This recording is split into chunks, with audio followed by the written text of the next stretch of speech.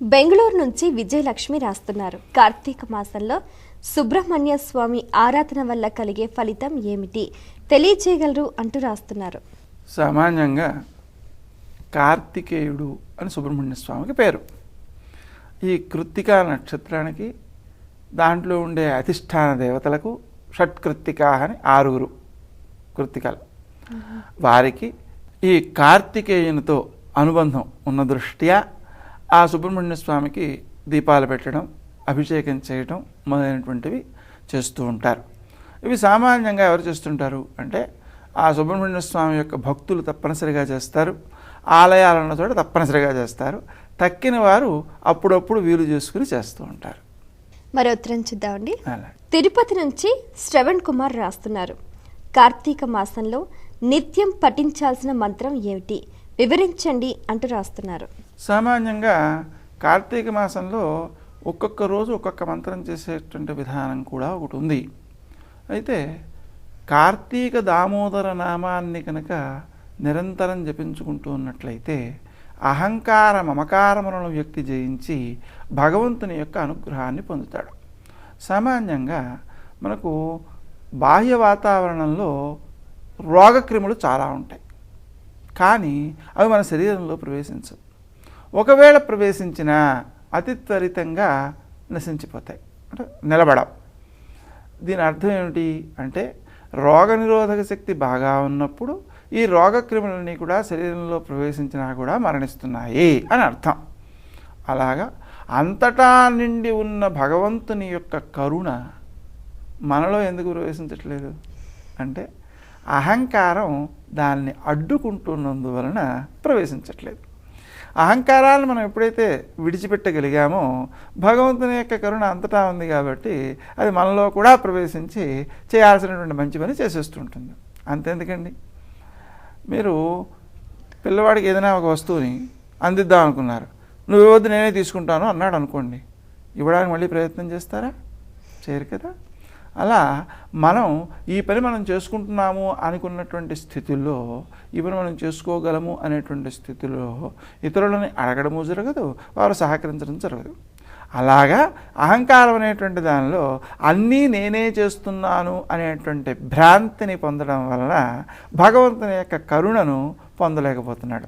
ఈ నేనే చేస్తున్నాననే అహంకారంతో చేసే పనులు వీడికి దుఃఖప్రదాలు అవుతున్నాయే తప్ప ఆనందప్రదాలు కావడం లేదు. అందువలన ఈ అహంకార మమకారాలను జయించగలగాలి అంటే దామోదర నామం చేసుకోవాలి. ఎందుకని అంటే దామోదరు అంటే పొట్టకి తాడు కట్టినవాడు. ఎవరు కట్టారు? యశోద కట్టింది. ఎప్పుడు? రోలుకి కట్టేయడం కోసం. అలా కట్టినప్పుడు నే కడుతున్నాను అని భావించినంతసేపు ఆమెకు 2 అంగుళాలు తక్కువ అవుతూ వచ్చింది, ముడి పట్టలేదు. అప్పుడు నేను ఇంకా చేయలేను అనేటువంటి ఒక స్థితిలో నేను అశక్తురాలని, నువ్వే గతి అని భగవంతుని మీద భారం వేసేసినటువంటి స్థితిలో అది వెంటనే తాడు అందింది, ముడిపెట్టింది అని అక్కడ వర్ణిస్తారు. కాబట్టి ఈ దామోదర నామం అనేటువంటిది అహంకార మమకారములను జయించడానికి ఉపకరించే ఘనమైన మంత్రం. మరో ఉత్తరం చూద్దామండి. అలాగే రాజమండ్రి నుంచి రతీష్ రాస్తున్నారు.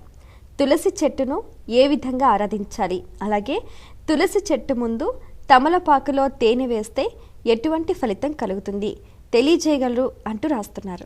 ప్రపంచం మొత్తంలో అతి సారవంతమైన పదార్థము తేనె ఒక్కటే. ఎందుకంటే మనకు చెట్లు ఉన్నాయి, చెట్లు లేకపోతే బతకలేదుగా. ఆ చెట్లలో సారవంతమైనది ఏమిటి? పువ్వు. పువ్వులో సారవంతమైనది ఏమిటి? మకరందం. అదే తేనె కదా. అందుకని సారవంతమైన పదార్థం. అయితే ఈ తేనె భగవంతునికి సమర్పించటం వల్ల ఏమవుతుంది అంటే సారవంతమైనటువంటి ఆనందాన్ని మనం పొందగలుగుతాం. అంతేకాకుండా తమలపాకులో తేనె పెట్టినప్పుడు ప్రయోజనం ఏమిటి అంటే తమలపాకు సూర్యుడికి సంబంధించినటువంటి పదార్థం. అందుకనే సూర్య తాంబూల దానాత్, తాంబూల దానం వలన సూర్యుడు ప్రీతి చెందుతాడు అని శాస్త్రం చెబుతోంది. అంతేకాదు ఈ తాంబూలంలో ఉన్న విశేషం ఏంటంటే ప్రతిరోజు ఒక తాంబూలం ఎవరికైనా ఇచ్చారనుకోండి మళ్ళీ జన్మకి సామ్రాట్ అవుతాడు అని ధర్మశాస్త్రం చెబుతోంది. సూర్యుడికి ప్రీతికరమైంది కాబట్టి ఇది మీకు అన్ని రోగాలకి అనారోగ్యం మూల కారణం ఏంటంటే అజీర్ణం. అంటే తిన్న పదార్థాన్ని సరిగా జీర్ణం చేసుకోలేకపోవడం. అది జీర్ణం కావడానికి ఉపకరించే లక్షణం తాంబూలంలో ఉంది కాబట్టి అది అన్ని రోగాలకి నివారకమైనది కావడం వలన తాంబూల దానం చేయడం వల్ల వ్యక్తి ఆరోగ్యవంతుడిగా ఉంటాడు అని కూడా చెబుతుంది. అటువంటి తమలపాకులో మనం ఏదైతే తేనె ఉందో అది వేసి కనుక ఆ చెట్టు దగ్గర పెట్టినట్లయితే చీమలు మొదలైనటువంటివి దాన్ని ప్రసాదంగా ఆహారంగా స్వీకరిస్తాయి. చిత్రం ఏంటంటే మీరు పంచదార వేసారనుకోండి చీమలు మోసుకెళ్ళిపోతాయి, కానీ తేనెను మోసుకెళ్ళేది లేదు, అప్పటికప్పుడు తినాల్సిందే. అంటే కడుపు నిండా సంతృప్తిగా స్వీకరించడానికి అర్హమైనది ఇది. ఆశను ప్రేరేపించకుండా అప్పటికప్పుడు తృప్తి పడాలి అంతే.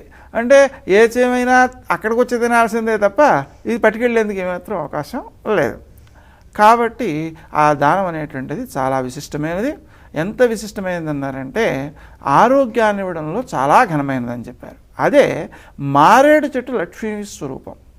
ఆ లక్ష్మీ స్వరూపం కావడం వల్ల మారేడు ఆకులో శుక్రవారం నాడు తేనె వేసి అక్కడ పెట్టామనుకోండి, దానివలన సంపదకి లోటు లేకుండా జీవితం ఆనందప్రదమైనటువంటి సంపదతో ఉండిపోతుంది. అంటే డబ్బుకి ఎప్పుడూ లోటు ఉండదు అనమాట. వాళ్ళకి డబ్బుకే కాదు, ఆనందప్రదమైన సంపదలు ఏవైతే ఉన్నాయో వాటి వేటికి లోటు ఉండకుండా గడిచిపోతుంది. ఆ విధంగా చేసేటప్పుడు తులసి చెట్టుని మనం ప్రదక్షిణం చేస్తాం. ఈ ప్రదక్షిణం చేయడము, ఆ తులసి చెట్టు మీద కాసిన నీళ్లు చల్లి కింద వేరులోనూ పోస్తాము, చెట్టు పైన కూడా కాసిన చల్లుతాము.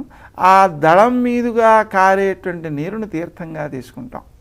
ఇది ఏమిటి అంటే 55 రకాల స్త్రీ సంబంధమైన అనారోగ్యాలకు ఈ తులసి ఆకు మించి వచ్చే నీటి బొట్టు వైద్యం అవుతుంది, మందు అవుతుంది. అంతేకాకుండా మనకు మనసు ఉల్లాసంగా లేదనుకోండి, డల్గా ఉంది, 4 తులసాకులు నవిలి చూడండి, వెంటనే ఉత్సాహం వస్తుంది. అలా నిరంతరము కూడా ఉత్తేజాన్ని ఇచ్చేటువంటి జీవశక్తి దాంట్లో ఉంది. ఎంత గొప్పగా ఉందంటే ఆ గాలిలో కూడా ఎంత గొప్పగా ఉందంటే చెట్టు తోట ఉంది, తులసి తోట ఉంది. ఆ తులసి తోటలో 10 రోజుల క్రితం చనిపోయినటువంటి కుక్క యొక్క శరీరాన్ని గమనించారు. ఎలా ఉంది అంటే ఏ కొంచెము వాసన లేకుండా అప్పటికప్పుడు చనిపోయిన కుక్కలాగా ఉంది. దీని అర్థం ఏంటి? శవంలో కూడా జీవశక్తిని పట్టి ఉంచినటువంటి ఘనత తులసి ఆ గాలికి ఉందన్నమాట.